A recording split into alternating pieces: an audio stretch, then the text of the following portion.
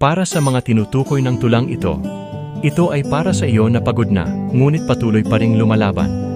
Para sa iyo na minsang nagduda, ngunit hindi kailanman sumuko. Para sa iyo na humarap sa unos, ngunit nanatiling nakatayo. Ang pangarap mo ay may halaga. Ang bawat hirap, bawat luha, bawat sugat, lahat ng ito ay bahagi ng paglalakbay. Huwag kang matakot sa pagkabigo, dahil ito ang humuhubog sa iyo upang maging mas matatag, mas matapang, mas handa sa tagumpay na nakalaan para sa iyo. Kapag pakiramdam mo'y hindi mo na kaya, balikan ang dahilan kung bakit ka nagsimula. Huminga.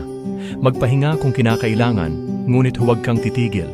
Ang tagumpay ay hindi nakakamit sa isang gabi, ngunit sa bawat araw na hindi ka sumuko. At sa oras na marating mo ang iyong pangarap, huwag kalimutang magbigay inspirasyon sa iba. Maging liwanag sa iba pang nangangarap, gaya ng minsang ikaw ay naghanap ng liwanag sa dilim. Patuloy lang, dahil ang pangarap na hindi binibitawan, sa tamang panahon, matutupad.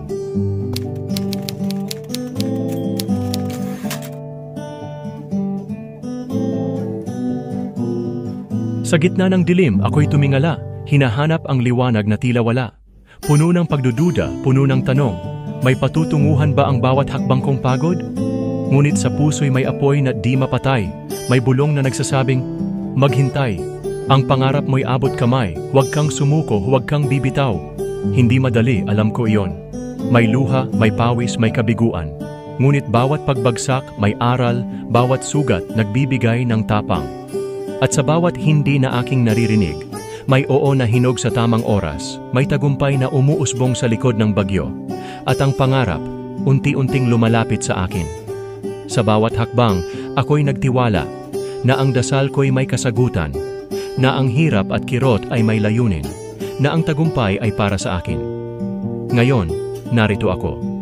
Lumalakad, lumilipad, bumabagtas sa alon, hindi upang ipagyabang, kundi upang magbigay ng pag-asa.